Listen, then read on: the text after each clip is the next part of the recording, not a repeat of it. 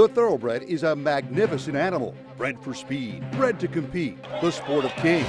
Wow, West Coast has it by 6. It's the all-new Let's Go Racing from Parks Casino and Racetrack. It's action-packed and fun for the entire family. 3 of them are right together with 1 furlong to go. Let's Go Racing is brought to you by the Pennsylvania Thoroughbred Horsemen's Association. It's fun to see them run. A very pleasant good morning, racing fans, and welcome here to Parks Racing for Let's Go Racing this past weekend in Baltimore, the 144th running of the Preakness Stakes. And on the show today, Dick and I will mix horse racing and geometry. Yeah, stay with us. We'll explain. We'll have that coming up in just a second. Also down at Pimlico, 2 other big races. The Grade 2 Dixie, the return of Catholic Boy, and Wentz was favored in the Maryland Sprint. We'll have that as well. And we'll also spend some time with Brian Sanfratello from the Breeders' Association here in Pennsylvania. Lots of great stuff going on. As always, we'll have Brian here in just a little bit. Hi, everybody. Keith Jones down with the beautiful first floor here at Parks Racing, and the #1 wingman of the business, Dick Girardi. And Dick, another trip for you to the Pimlico and the Preakness. Yeah, it's Little Italy on Thursday night, it's crabs on Saturday night, and it's crab cakes on the way home, and it's some horse racing in the meanwhile. Well, Dick, the Preakness Stakes, of course, as we have talked about, had no maximum security. They had no country house. So anyway, we end up with a favorite. How about a surprise that it's Bob Baffert with Improbable, who ends up going off at a price of 5-2. And Dick, he was 3 for 3 as a 2-year-old. Yep. He is 0 for 3 as a 3-year-old. Yeah, I think this was made out of Bob Baffert and Mike Smith. That's why they made this horse the favorite. There wasn't anything he's done necessarily. He ran okay in the Derby, 5th, moved up to 4th. Now, Baffert's won the Preakness 5 times with his Derby winners, and he's won it twice with his Derby beaten favorites. That's what Improbable is, a beaten Derby favorite. Now, were you surprised at the second choice? It ends up being Bourbon War, who opens at 12-1, goes off at 5-1. Dick, he's going to put blinkers on, and there was the argument that he ran in those Florida prep races, which seemed to be the strongest, and he was just behind the best ones down there. Yeah, I was really surprised. I thought that War of Will would be like 5-2. Because, I mean, how much publicity did the incident on the far turn get? I said, man, they're going to bet this horse because I liked them. And I said, I'm not going to be able to bet this horse. His price will be silly. So, yeah, I didn't understand the win pull at all. And that was one of them that I didn't understand. Well, you mentioned War of Will. About 6-1. Amazing. And somebody I know that liked him at 6-1. Some of the other horses that got bet here was Always Mining, who was the local horse. You expected him to take money because he was local at 6-1. And Owendale for Brad Cox went off at 7-1. Mile and 3/16. Geometry. We'll have that after the call. And they're off. Oh, Bodie Express reared up right at the start, unseating John Velasquez. John Velasquez unseated there by Bodie Express, is loose out of the track. And so going to the front there is going to be Market King, along with Warrior's Charge using that early speed too. And another Twist of Fate on the outside is fired up to 3 in a line. Always Mining racing in the 4th spot, then War of Will settled in right off his speed, followed by Win.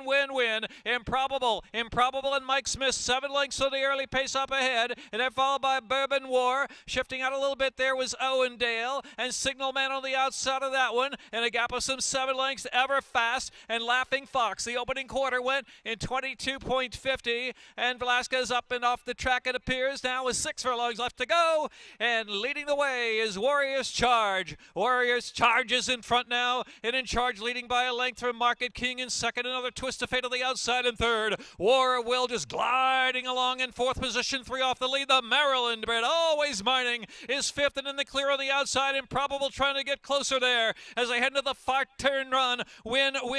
Still 8 lengths from the speed up ahead. That 46.16. In the meantime, trying to work through his Signal Man with Owendale right alongside of that. With 3 furlongs left to go, Warrior's Charge, another Twist of Fate with another run. Always Mining right there on the outside. 3 deep in the turn. Improbable is next. Down to the inside, War of Wills asked for a little more run. Still 4 to make up, but saving ground. Win. And out wide is Owendale. 6 furlongs, a minute 10.56. A quarter to go at Pimlico. Warrior's Charge leads the way. And on the inside, War of Will. And they're at war in the final furlong. War of Will and Tyler Gaffley slipping through on the inside. Shifting out just a tad under left-hand energy. Warrior's Charge trying to salvage second. And here comes Ever Fast on the inside. And Owendale a late bit on the outside. War of Will won. Well, Dick, I think it was 8th grade geometry. Might have been 11th 7th grade geometry for you, but the shortest distance between 2 points is a straight line. Yep. War of Will never left the rail. Perfect trip. Yep. 6-1, $14.20 to win. Yeah, I think the price might have been because people equate the one post at Pimlico with the one post at the Derby, and you really shouldn't. It's completely different. And I thought Tyler Gaffalione just gave him a perfect ride. He never panicked. He just sat in, waiting, hoping Warriors charged. It was led all the way, owned by a 10 strike, and our buddy Marshall Graham would come off the rail, and he did, and the rail opened up, and he gave him a beautiful ride, shot right through, and even the second horse was on the rail too, Everfast. I couldn't have had in a million years. And you got 6-1 on a horse I thought would be 3-1, so somebody had a bet. That was almost $1,000 exacted with those two, and the Superfect ended up paying almost $51,000. Yeah, Everfast was 29-1, but in exactas and everything else, he was like 75, 80, 100-1 in doubles, but he got a lot of money too, by the way, on Saturday. Almost $100 million, a record for the Preakness State card. How about Mark Casse? Yeah, good for him. One of the good guys in the game. Been very unlucky. Certainly was unlucky in the Derby with War of Will. Not the incident, but what happened to me more on the backstretch. It was very unlucky 2 years ago that he didn't win the Preakness. So good for Mark. Well, Mark was a happy camper. Here's more with the winning trainer. I just wanted him to break, and once he broke, I could see where he was settling, which was good. I was happy, and I think my wife Tina was next to me, and I said, 22 and that's good, you know, and then 46. And honestly, about I knew we were doing well, and I knew I liked where we were. About maybe the 3/8 pole, I started thinking, oh dear, not again, because he was wanting to go somewhere and he had nowhere to go, and I'm just kind of, I didn't get excited until Tyler, it opened up. I was thinking, I hope the leader comes off the rail a little bit, and when he did, and Tyler snuck up in there a little bit, that's when, I don't know, I haven't seen it, but they had NBC had a camera on me, and we gave them a lot to see. I can promise you that. Well, Dick, any idea whether War of Will might come back to the Belmont Stakes? Yeah, Mark says everything goes right. He'll come back in the Belmont Stakes. We're not going to see maximum security, it doesn't sound like, till maybe the Haskell. Till the Haskell, and Country House is not in training right now. So right now, War of Will is the horse, and it's great. He's going to run in all three. Well, let's get to our first break. We got back here on Let's Go Racing. Brian Sanfratello joins us. We'll be back with Brian after this. Amazing achievements for Pennsylvania breds on the world stage. Thanks to Finest City, Unique Bella, and Shamrock Rose, PA joins Kentucky as the only state in the past decade to breed Eclipse Award champions 3 straight years. Add that to our unmatched incentives. Plus, our Racehorse Development Fund can only be used to support PA breeding and racing. Why breed anywhere else? This is Brian Sanfratello. Go to pabred.com and see why Pennsylvania is the premier place to breed and race. Looking to join the thrill and excitement of thoroughbred racehorse ownership? Pewter Stable can get you started. With more than 25 years of experience under the leadership of Greg and Kate DeMasi, Pewter Stable is one of the industry's leaders in racing partnerships, winning hundreds of races and millions of dollars at racetracks all over the Mid-Atlantic, including New York. Pewter Stable is working hard, looking for the very best runners at all the top sales, and we do claiming partnerships as well. No markup, no management fees, makes our partnerships unique and affordable. Training services also provided for individual owners. Give us a call and see what Pewter Stable is all about. The thrill and fun of thoroughbred racehorse ownership is easier than you think. We are Pewter Stable.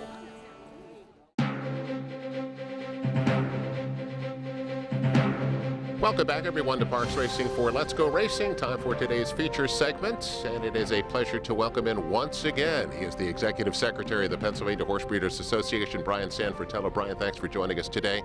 There's a new program that has just been instituted here at Parks. You mentioned to me already going on at Penn National. It involves Pennsylvania-bred maidens. Tell us about it. Yes, what we wanted to put something into effect which was going to help out the average breeder. As you know, Pennsylvania breds are really hot in the claiming box.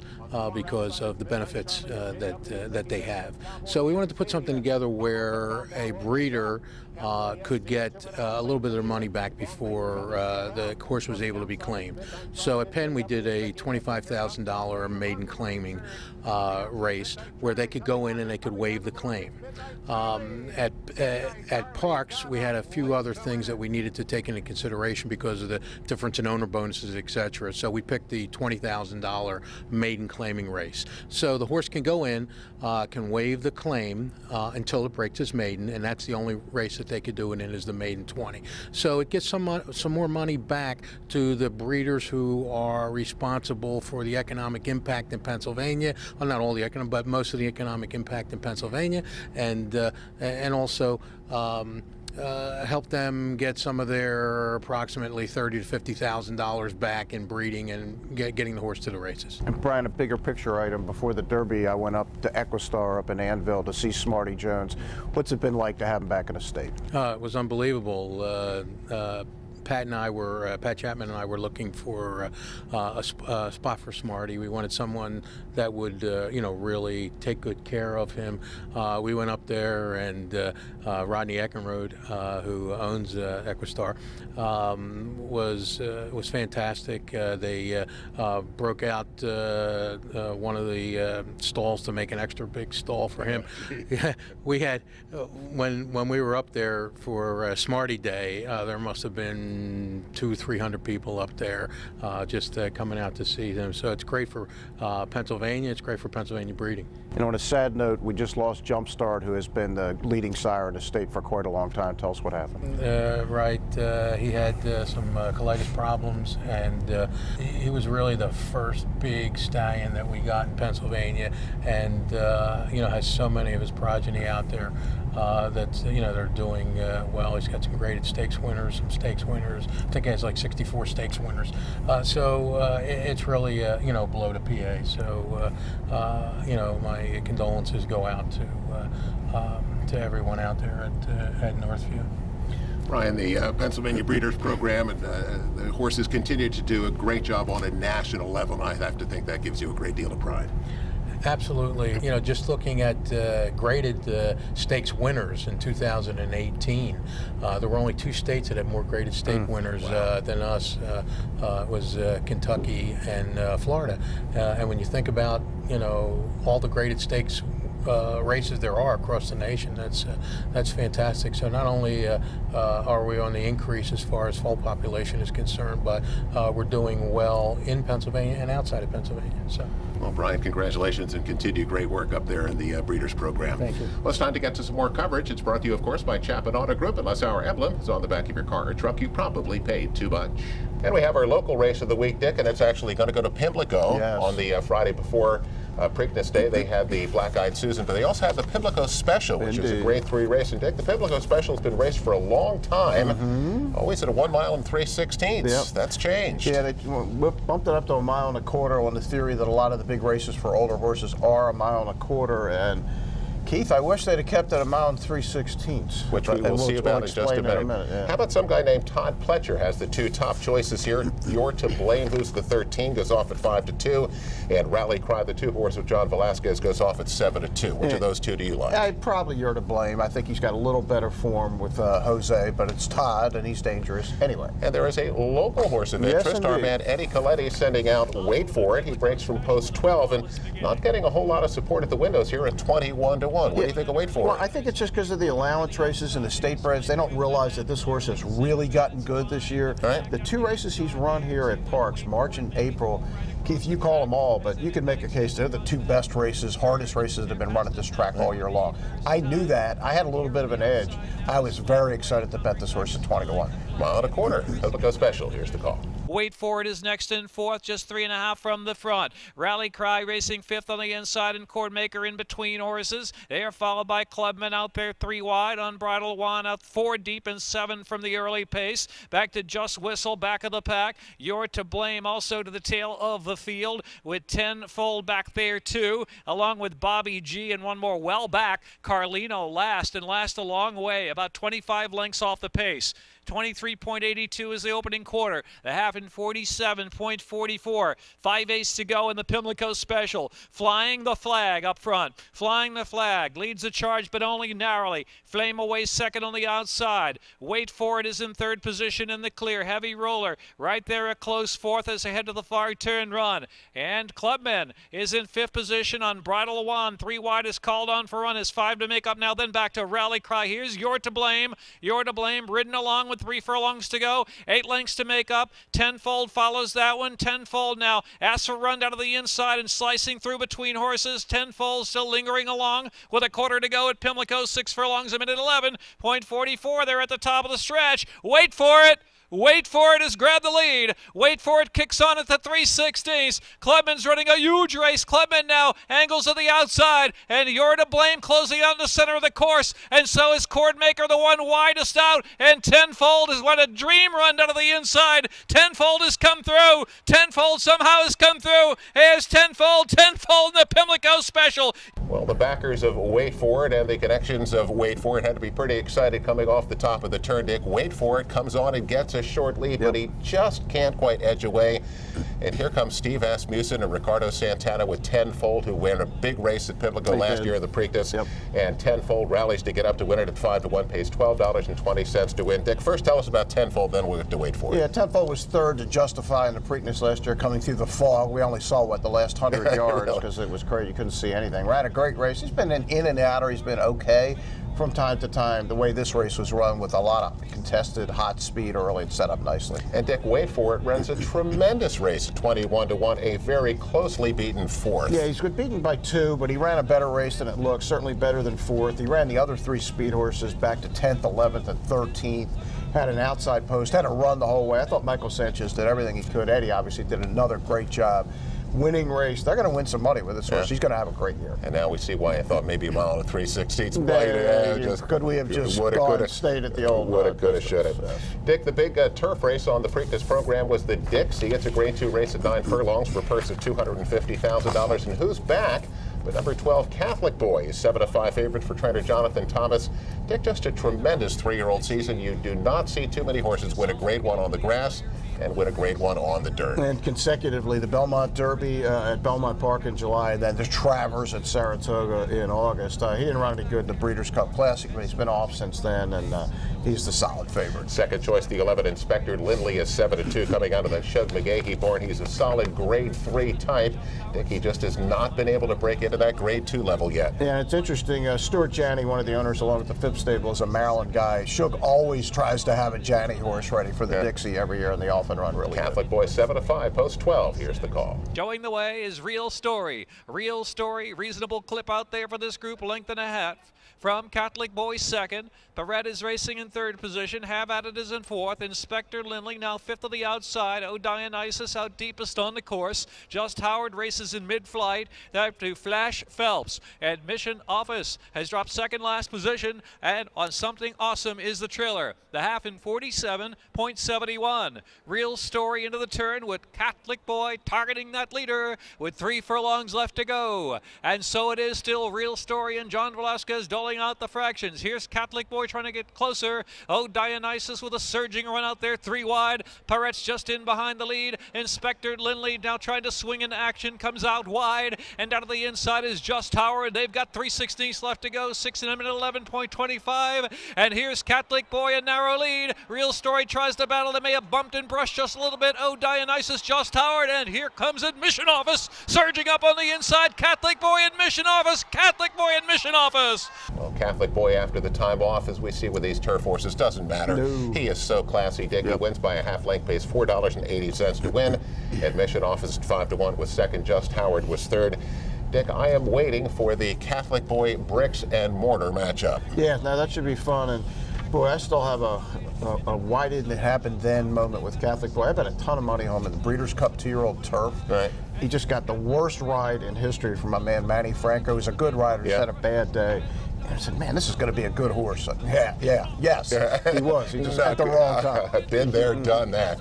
Dick, the big sprint race on the Preakness program was the Maryland Sprint, 6 furlongs for $1.50. We have another local horse. How about our buddy Wentz? He's 2-1 for Tyler Service. Undefeated How about trainer that? at this stage. Dick, he's coming off a race at Keeneland where he put up a big number. He did. He got a 99 in Tyler's first ever race, first ever win, and then he came back to Parks. Right. Won here, so he's 2 for 2 as a trainer. And I saw Tyler right after the race. He's got like 15 horses.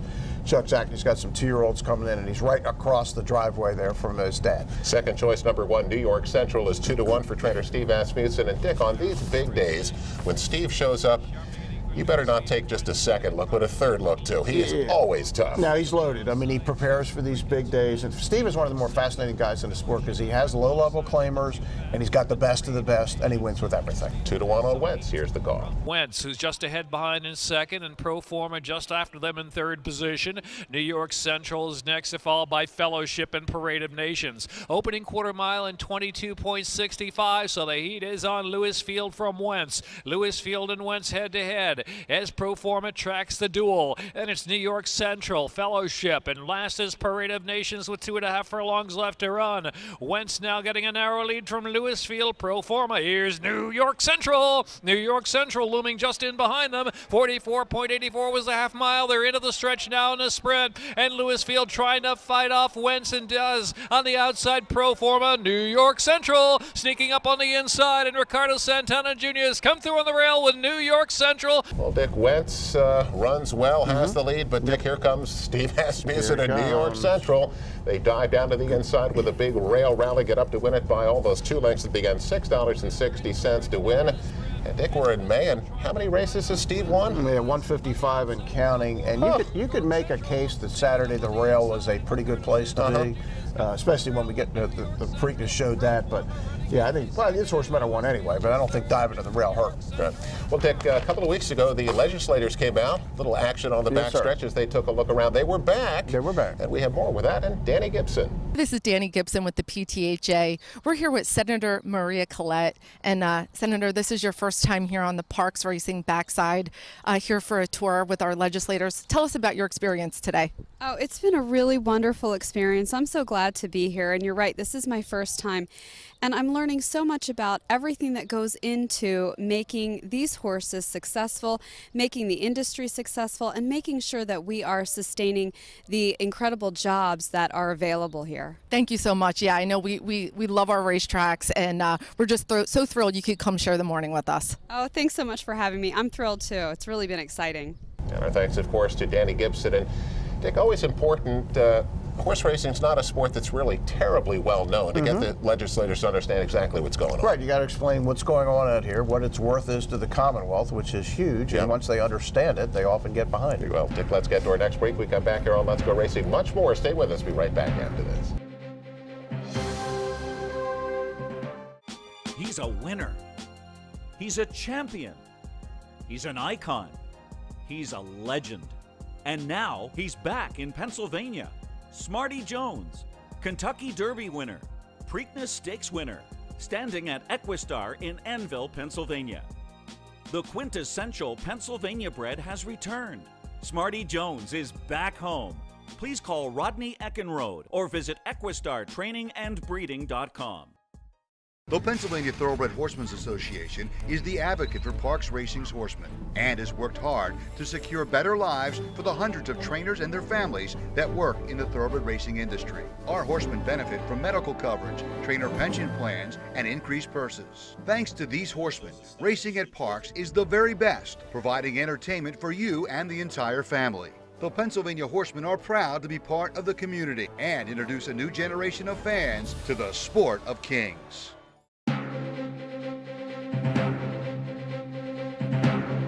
Welcome back, everyone, to Parks Racing for Let's Go Racing. Turning for Home Day is coming up. Yes, indeed. June 22nd. You want to circle that. Always a great day here at the track. It's time for a Jockey and Train of the Week. It's brought to you by Turning for Home. Log on to their website at turningforhome.org.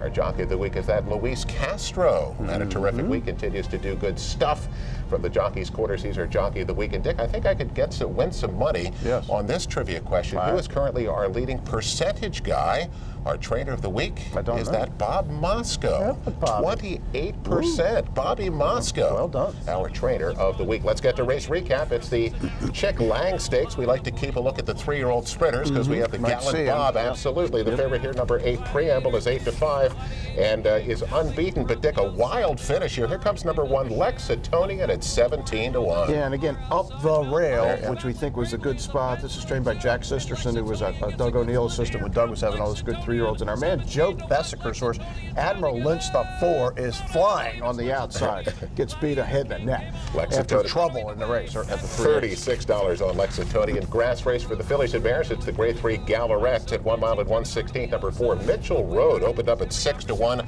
is the 2-1 favorite for trainer Bill Mott, a daughter of English Channel. And Dick, boy, look at those lines. She's good. Yeah, she's good. She's a half a length and a neck away from being undefeated. 2 seconds, 7 starts now, 5 wins, 2 seconds. Wins this pretty comfortably. 2 against a 1/4. pretty solid field. $6.20 to win on Mitchell Road. Eye on Racing. It is time for the Gold Cup. It is. Santa Anita. Yeah, there we go. How about that little The great old Hollywood Gold Cup, and Hollywood is the future home of the Rams and Chargers, so it won't be there. It's across town in Arcadia. Grade 1 Gambley and the Grade 1 Shoemaker Mile as well on that Santa Anita program. Have those races for you next week. We'll wrap it up. Be back with news and notes after this. Racehorses are pampered, treated with care, and loved. Nothing is more important than their health and their safety. We do right by them, and they do right by us. the hard-working folks who proudly earn our living in Pennsylvania's horse racing and breeding industries. Horse racing is a lot of fun. But it's so much more. It provides tens of thousands of jobs. Jobs and billions in economic impact each year.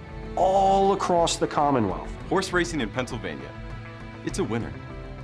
It's a Smarty Party at Parks Racing Labor Day. Smarty Jones! Get up close and personal with the Kentucky Derby and Preakness winner. Remember this? Don't miss this historic occasion as Smarty will parade one final time down the stretch to celebrate his 15th anniversary of horse racing immortality. Free family fun, plus the Grade 3 Smarty Jones Stakes and 6 other exciting races as well. Yes, Smarty is back at the track. See him live one final time, only at Parks Racing Labor Day. Welcome back, everyone, to Parks Racing for Let's Go Racing News and Notes. The final segment brought to you by Pewter Stable. Log on to their website at pewterstable.com. Become an owner today. And speaking of Pewter Stable, Kate DeMasi is 27%. Hello. So she's having a tremendous season as well. Bruce Casella, Dick Girardi, and Keith Jones. And Dick, as we watch all the pomp and circumstance from Pimlico over the weekend, the reality of it is that Pimlico, the racetrack itself, is not doing very well. No, the track structure is on its last legs. Has been for quite a while. The Strynek Group has made no secret that they would like to move the Preakness to their other property, Laurel Park, which is about half an hour, 40 minutes away, closer to Washington, D.C. Is that going to happen? Well, it's not going to happen next year. The Preakness is going to be run at Pimlico in 2020, but after that, there's a lot of political stuff going on. The people in Baltimore obviously don't want to lose the race. Right. So I don't know. It's interesting. I wrote about it for Let's Go Racing Parks this week. This is Preakness number 144 and number 44 for me. My first one was 73. Wow. Where I was in the infield. I was one of those people running toward the rail when Secretary comes running by.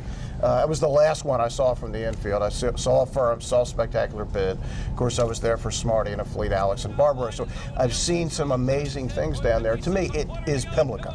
The Preakness belongs at Pimlico, but they got to do something about the track because it is literally falling down. It just got, the toilets didn't work. It was just kind of a mess. So I don't know what's going to happen.